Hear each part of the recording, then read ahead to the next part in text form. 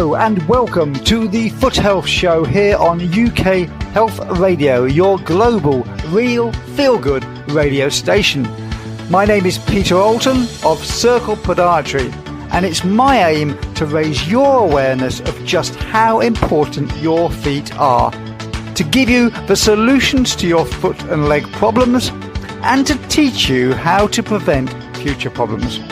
So grab a cuppa, relax, sit back and put your feet up and enjoy learning about the one part of your body that often gets forgotten. That's right, it's your feet.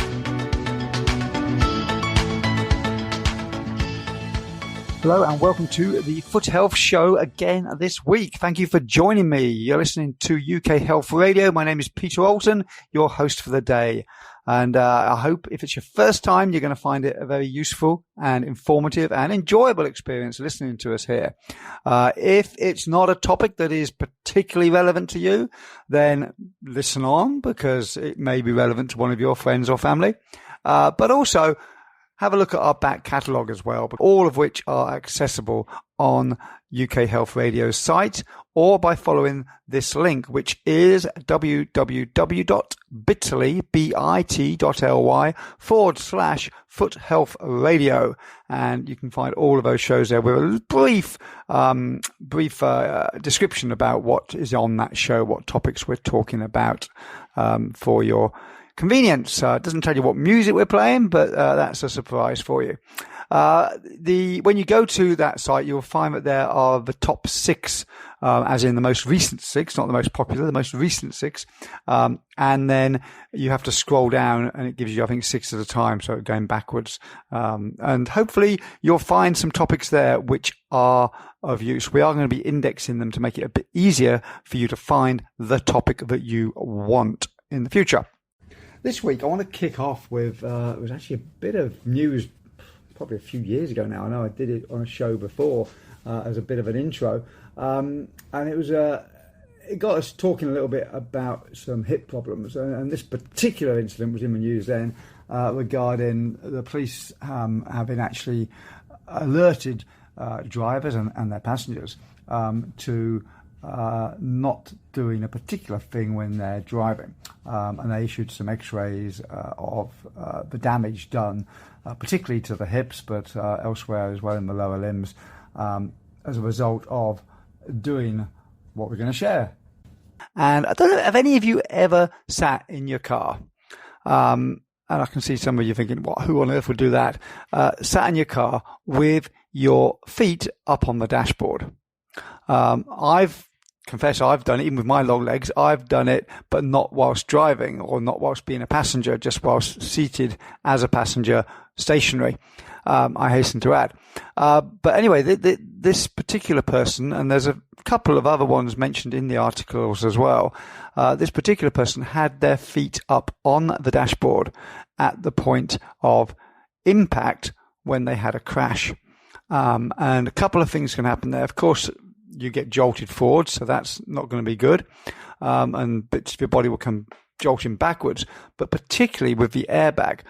And according to a fireman in the article, he says that airbags deploy between 100 and 220 miles per hour. And I never realized it was that fast. I knew it was fast, but anyway, if you're going to ride with your feet on the dashboard and you're involved in a crash, then the obvious thing is the airbag is going to go off and your feet, your knees are going to get flung backwards at that sort of speed.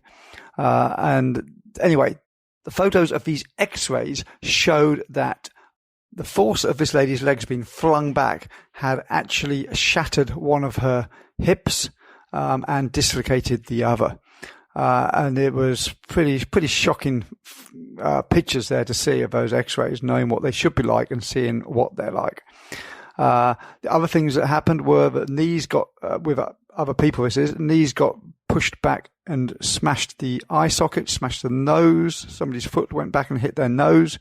And one lady, there's a picture actually of her with no forehead. Literally, her forehead, the bone had to be removed. She had a bleed to the brain. And then she had 2 years without a forehead. And then they had to put a ceramic one in. So the point I'm making here is, hey, don't do what those people did and sit with your feet on the dashboard if you are moving, if you are a passenger. And obviously not if you're a driver as well. So if you're a driver and passengers doing that, get them to stop the car and get them to stop. Some of you are probably thinking, oh, I wish I could put my feet on the dashboard. But anyway, that's another story altogether.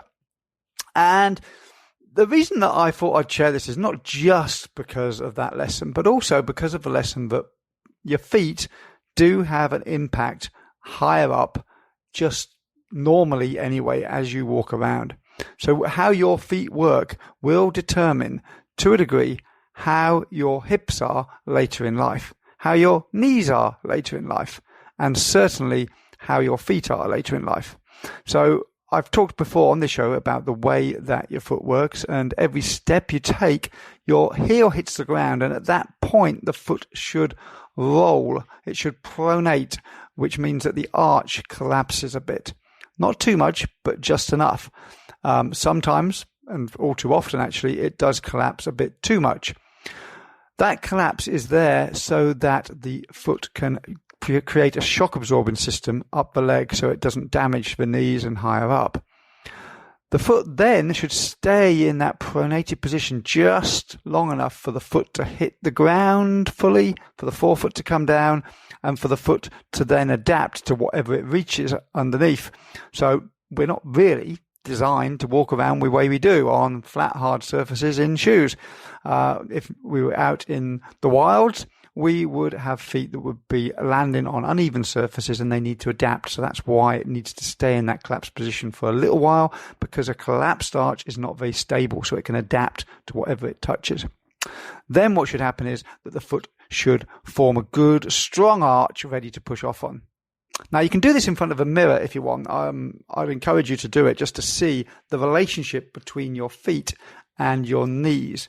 Unfortunately, you won't be able to see what happens at the hip joint, but you can take my word for it, and you can maybe look online as well and see some videos of it. But what happens is, as your foot rolls down, so do it, stand in front of the mirror right now and roll your foot out onto the outside edge and then roll it back down, collapsing that arch.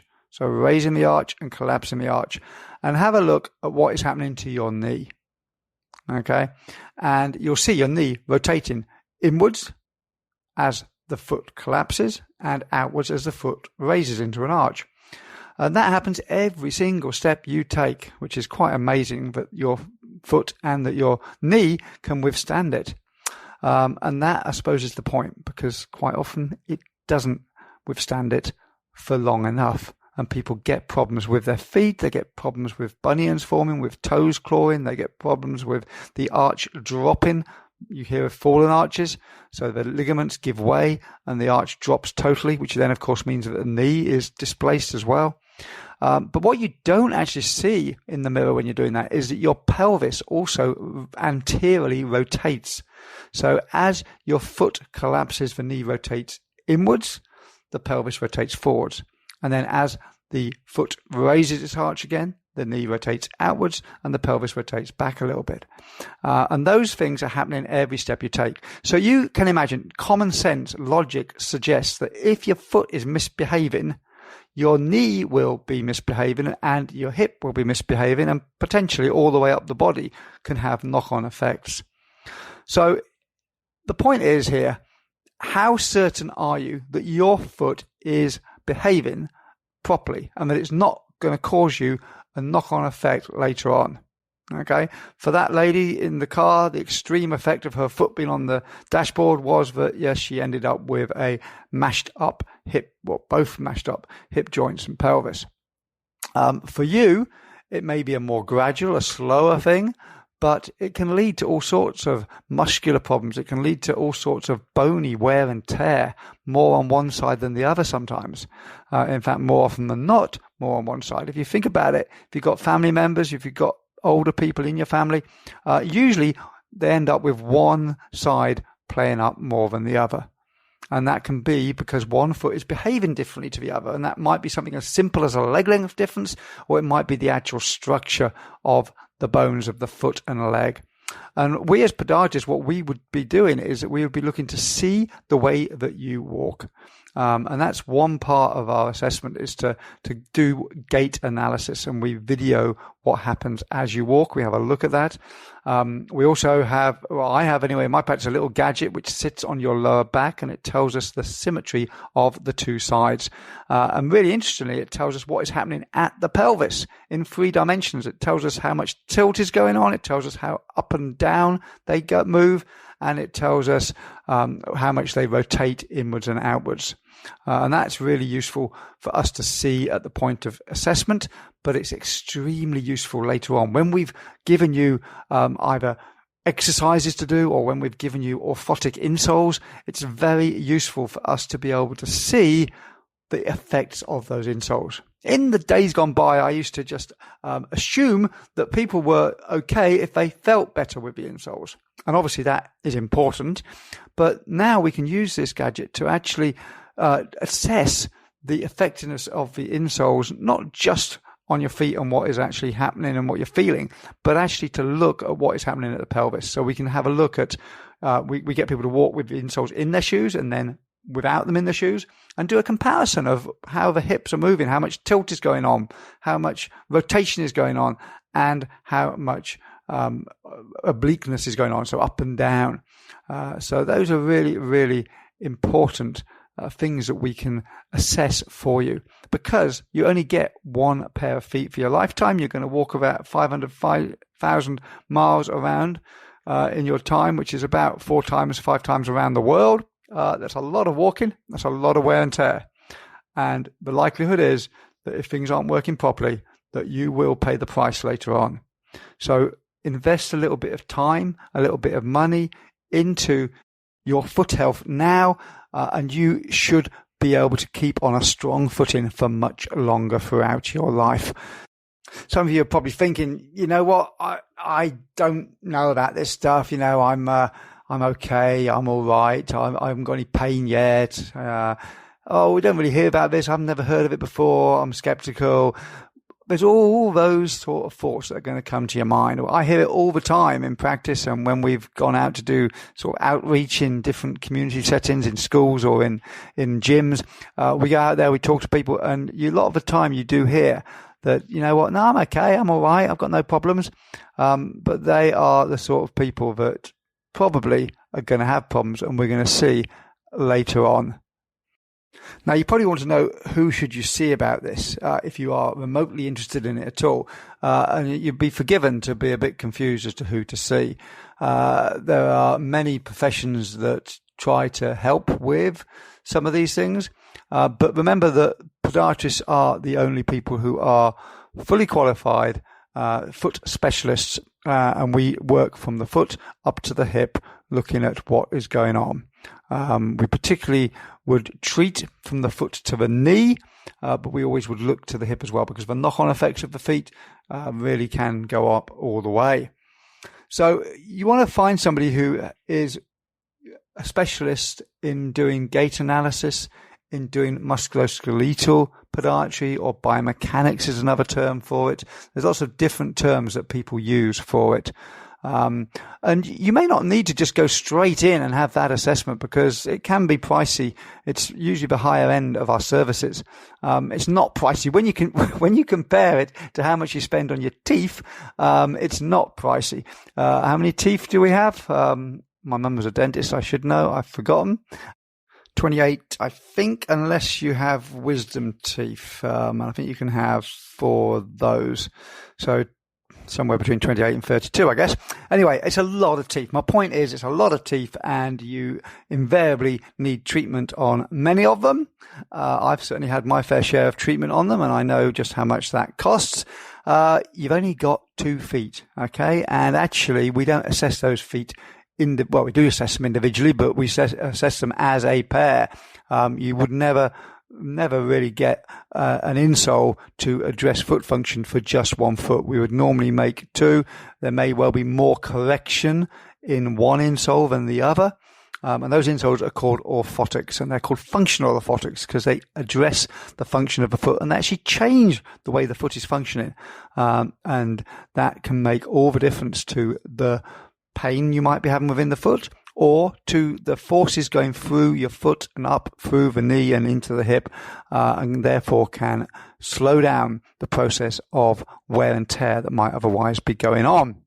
So my point is, you look after your teeth, you look after your eyes. I would assume you go and get your eyes tested.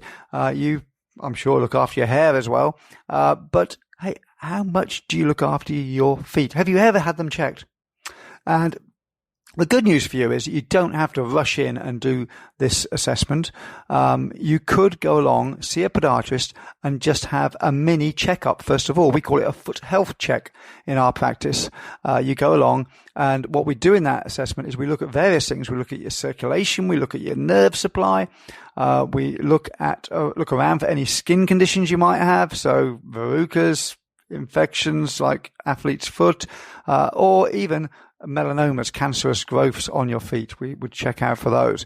But also, we would look into your foot structure. It's a huge topic. It's not something that's going to take 5 minutes to do, but we'll spend maybe 5 minutes looking at your foot structure, at the obvious things that can be going wrong.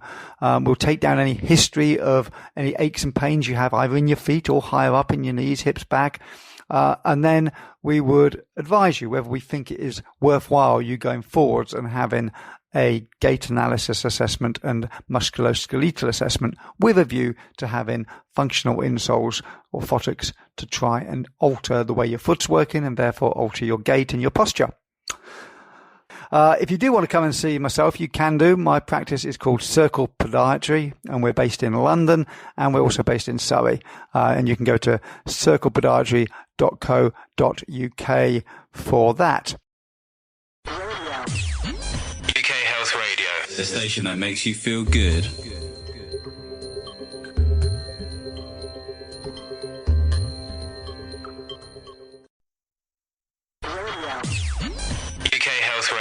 The station that makes you feel good.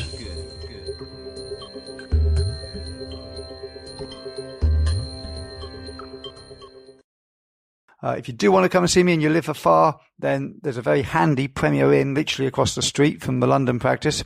Very, very convenient, and we're only a 1 minute, well, maybe 2 minutes. I've got long legs. 2 minutes, 3 minutes walk from Lewisham Station. So very easy to get to.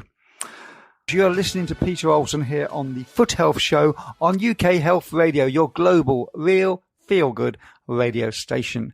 That's what we're about. We're trying to help you to feel good.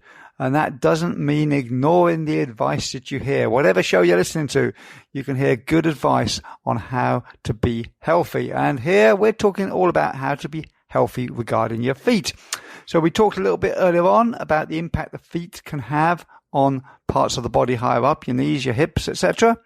We're going to look at something a little bit smaller this time, a little bit less significant maybe, but at the same time something which can worry people quite a lot. And I've actually seen 2 cases of it in this past week.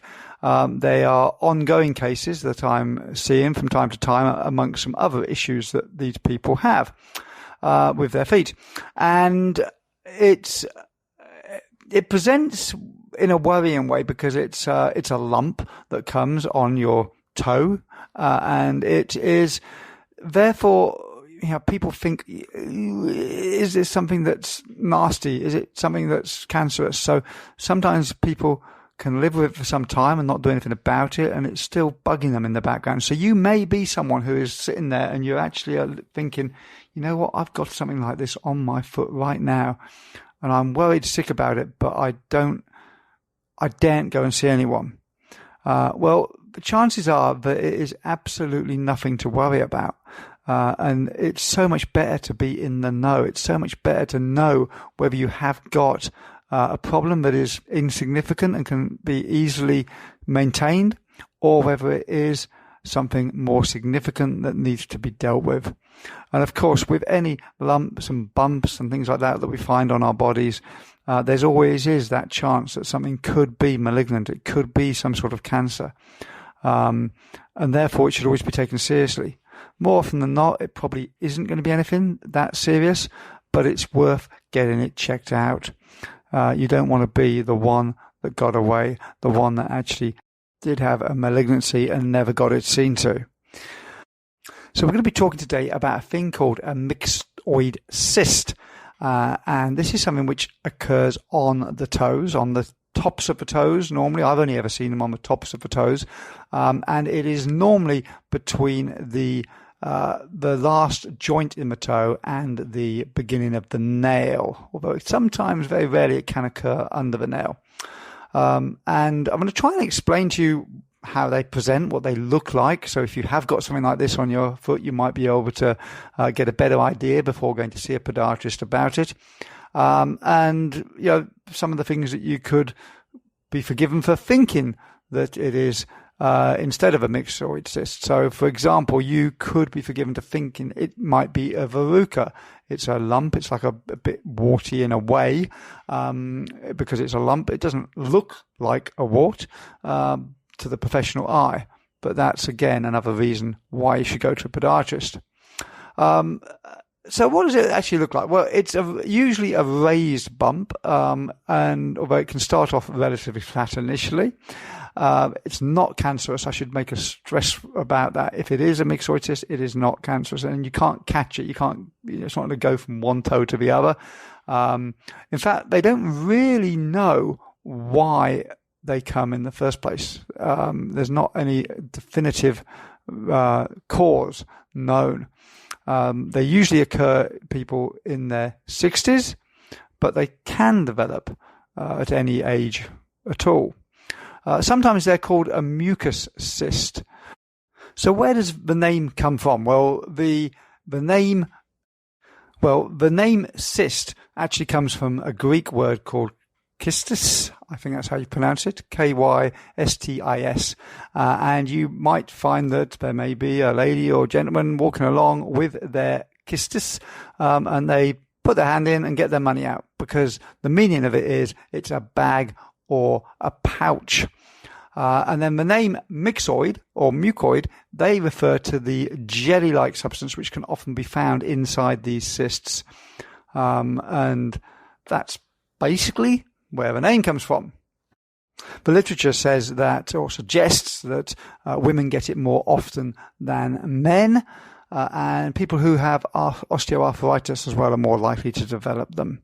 Actually, the people I saw this week, there was one man and one woman with this. So that was a 50-50. And I think actually, historically, in my 31 years, I'd say it probably is roughly 50-50, the people that I see.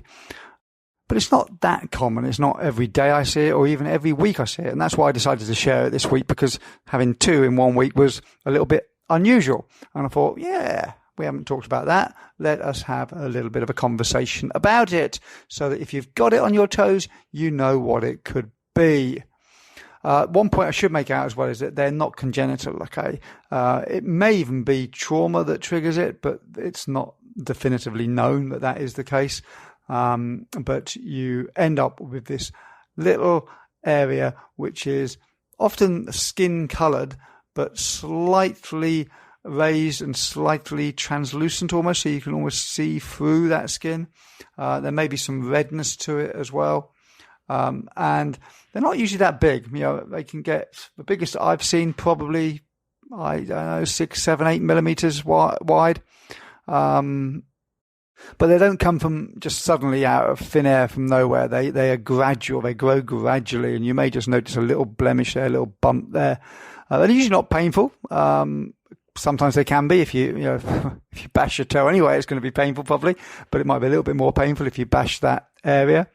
Often the symptoms that draw you to it are actually arthritic pains that you're getting in that joint anyway, and then the actual cyst is just sort of secondary to it and not necessarily causing the pain.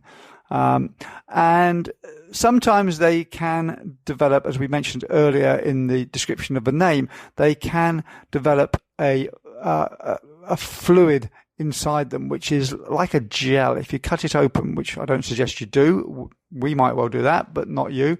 You get this clear, sticky substance out, which has often got blood in it as well. And you literally can just squeeze gently and it will just come out like this solid or semi-solid gel that comes out.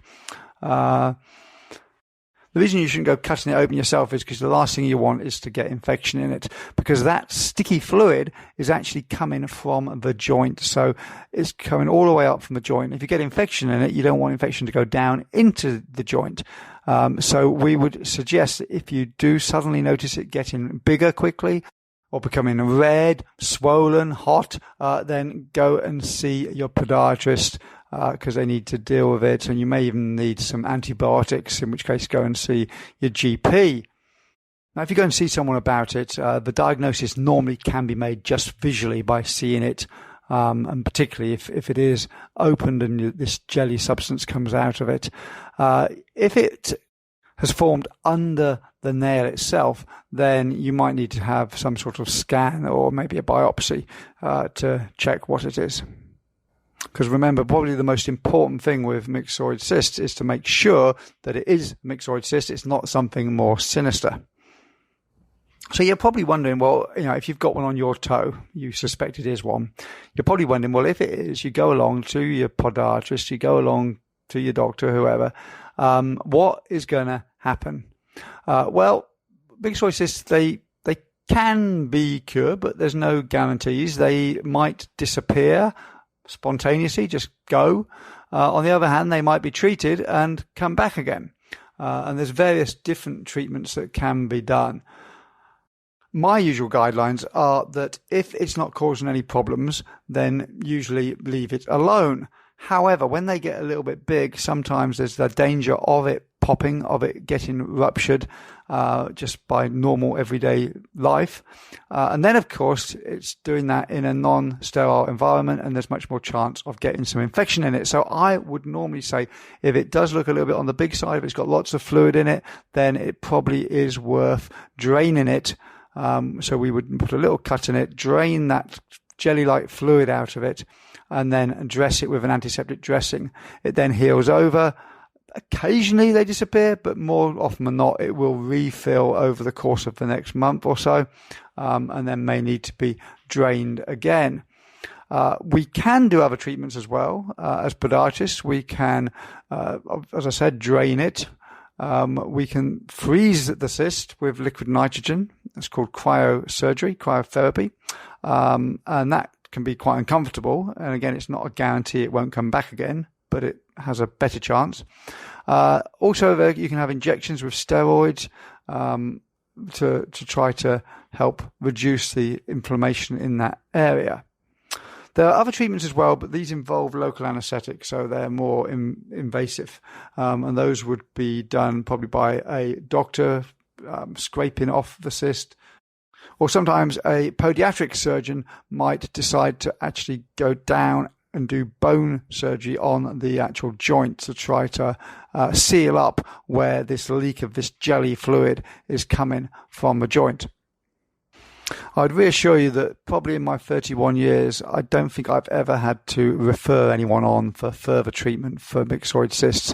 It's always been a matter of maintaining them, and quite often patients are coming in for other things anyway, so they're coming in for their nails or for their calluses and corns to be treated maybe every month, 2 months, 3 months, and that the cyst doesn't cause them any problems at all, and we just drain it from time to time if it gets enlarged.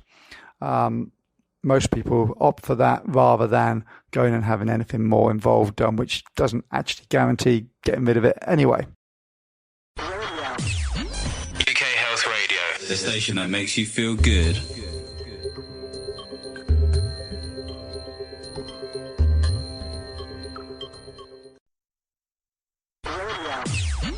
UK Health Radio, the station that makes you feel good.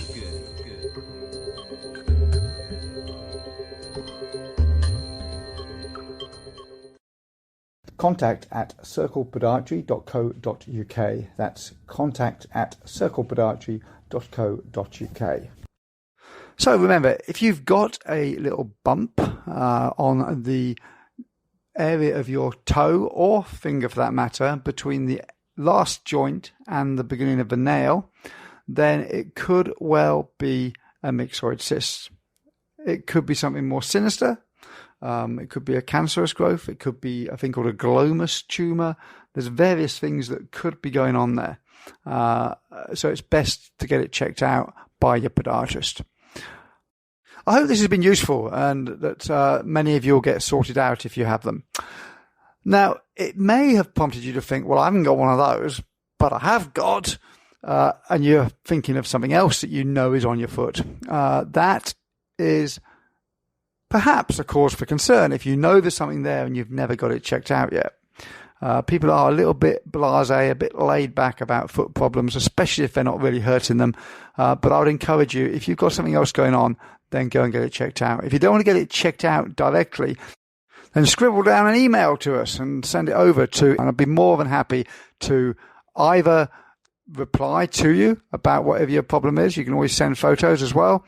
Or we could even have you on the show discussing, anonymously, of course, discussing your foot complaint and hopefully giving you some good tips and advice about your particular problem. Remember, this is your show. I'm doing this for your benefit, not just for my benefit of using up my time and my effort in creating the shows. Hopefully it's been useful today. Hopefully it's triggered some things in your mind about maybe some things you should get checked out. And if you've got no idea, if you're sitting there thinking, well, I haven't got a clue whether I've got any of these things on my feet, don't know what's going on.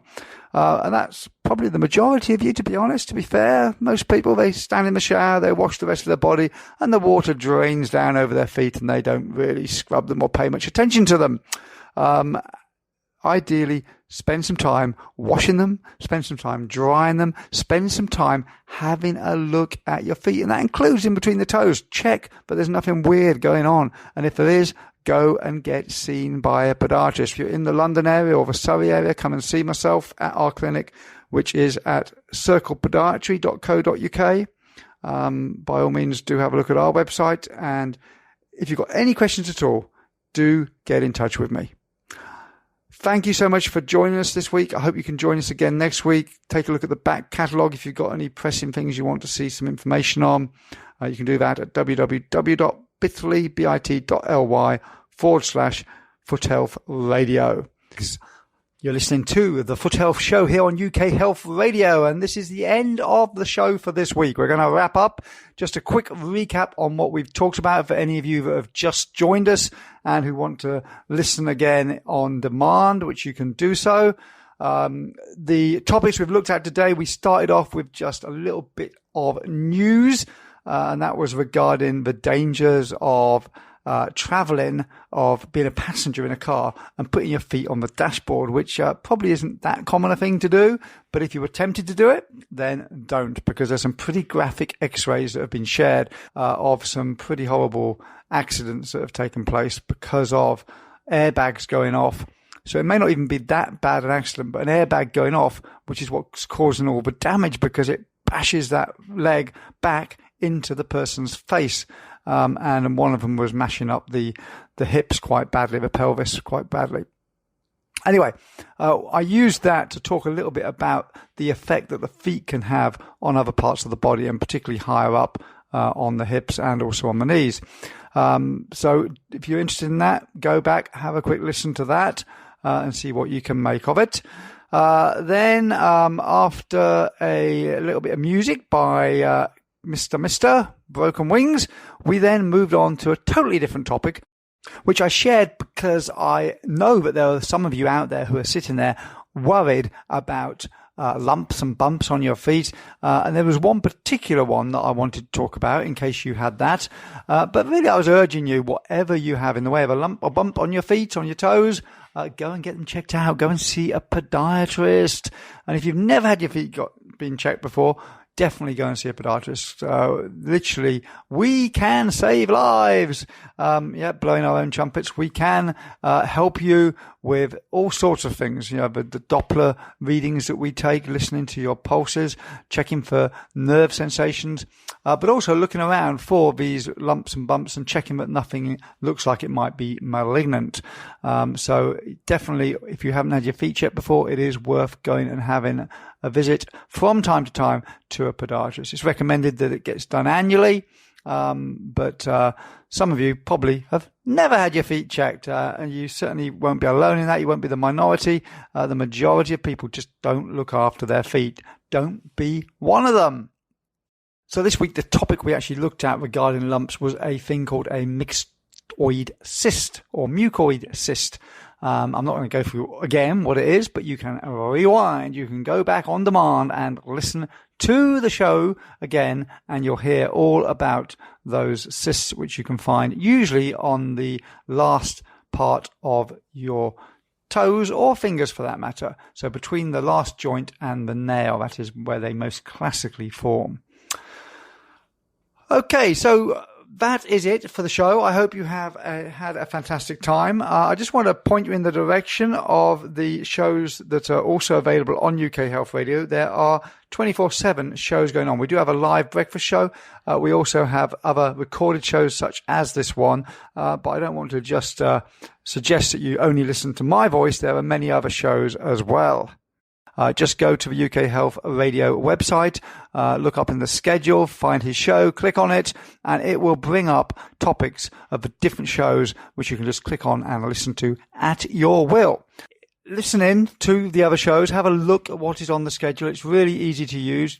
On the website, ukhealthradio.com, have a look at what's on the schedule. If there's something that tickles your fancy, click on it and you'll get some info about the show, and then you'll have underneath all the shows that are available on demand. So any show that's present or previous is on demand. Hope you have some great listening. Remember, you can tune into it whilst you're driving along, have it on there through your phone. You can have it on the app, UK Health Radio app, and you can log into it on your computer, of course. Have a fantastic week and keep safe and well. And next week I'll be back with more foot health tips. Well, that's all we've got time for this week, folks. Thank you so much for joining me here on the Foot Health Show on UK Health Radio, your global, real, feel-good radio station. All that remains is for me to say have a fantastic week. Keep safe, keep those legs and feet moving, and don't forget to tune in again with your friends next week.